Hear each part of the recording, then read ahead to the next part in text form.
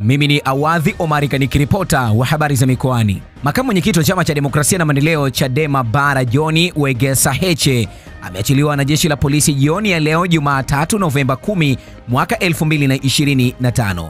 Kwa mujibu wa wakili Mwasipu, amesema Heche ameachiliwa kwa dhamana baada ya kushikiliwa na jeshi la polisi toka Oktoba 22 mwaka 2025.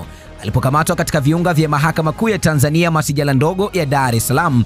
Heche ameachiwa pamoja na viongozi wengine wa chama hicho akiwemo naibu katibu mkuu wa chama hicho Bara Amani Golungwa, mwenyekiti wa chama hicho kanda ya Pwani Boniface Jacob na mjumbe wa kamati kuu ya chama hicho Godbless Lema. Viongozi wote hao wameachiliwa katika kituo cha polisi cha Oysterbay jijini Dar es Salaam. Mimi ni Awadhi Omari, endelea kutufuatilia CFM kwa taarifa kamili.